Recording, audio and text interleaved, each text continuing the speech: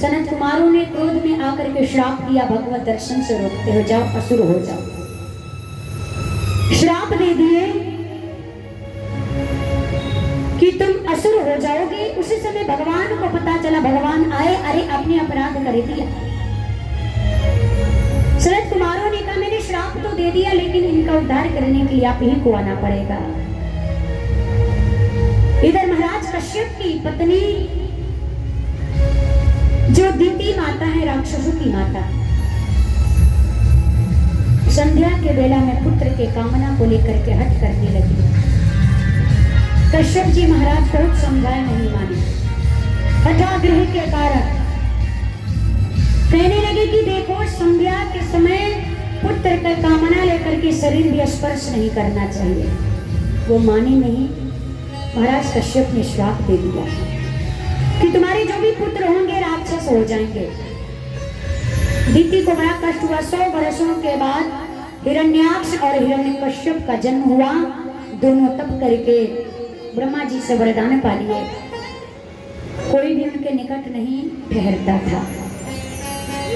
एक दिन हिरण्याक्ष पृथ्वी की चकाई बनाई और सुतल लोक लेकर के चला गया। वृष्टा का परिपुष्टा बना करके बीच में रख दिया।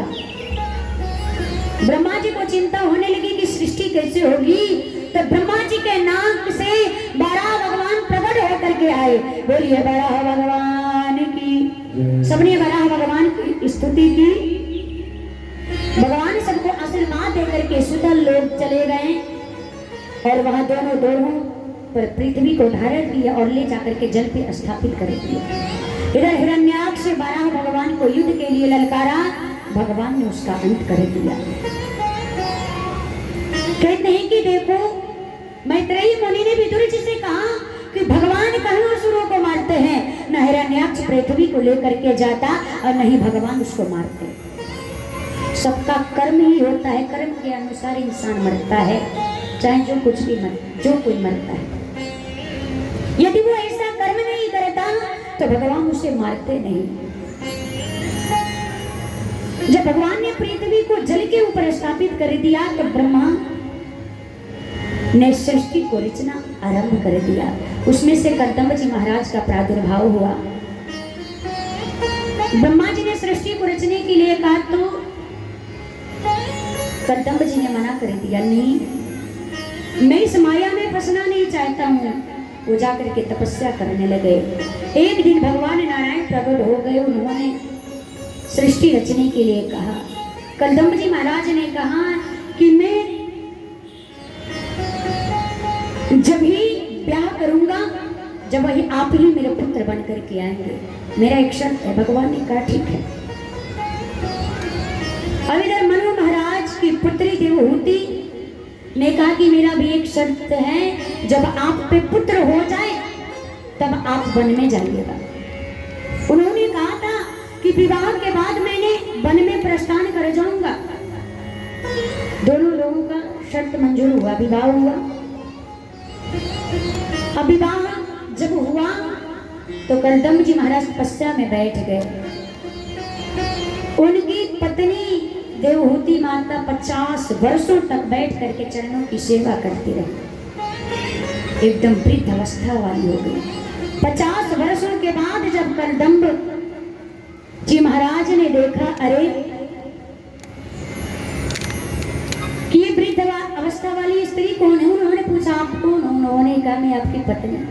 विवाह के बाद आप तपस्या में बैठ गए थे, तब से मैं आपका सेवा कर रही हूँ। तब प्रसन्न होकर के बिंदु सरोवर में स्नान किए। फिर 16 वर्षीय हो गई माता देवहूति। उसमें से एक कामद विमान उत्पन्न हुआ जिस सभी मनोकामनाओं को पूर्ण करने वाला, जो मनचाहा वरदान प्राप्त करने वाला। समय को व्यतीत हो गया। एक पुत्री का जन्म हुआ। कदम्ब जी महाराज वन में जाने लगे। देवहूति माता ने कहा जब एक पुत्र हो जाए तब आप वन में जाइएगा। दूसरी पुत्री हुई। ऐसे करते करते 9 कन्याएं हुई। 10वें स्थान पर कपिल देव भगवान का अवतार हुआ। बोलिए कपिल देव भगवान की। भगवान कपिल देव भगवान का कदम्ब जी महाराज ने चरण स्पर्श किया, प्रणाम किए और वो वन की ओर चले गए। मैया ने देखा कि ये भगवान है, राजगद्दी पे बिठाया और भगवान का भजन करने लगी। इधर देवहूति की बहन प्रसूति का विवाह दक्ष प्रजापति के साथ में हुआ, जिनकी पुत्री सती थी, जिनका विवाह भगवान शंकर के साथ में हुआ था। अब दक्ष प्रजापति भगवान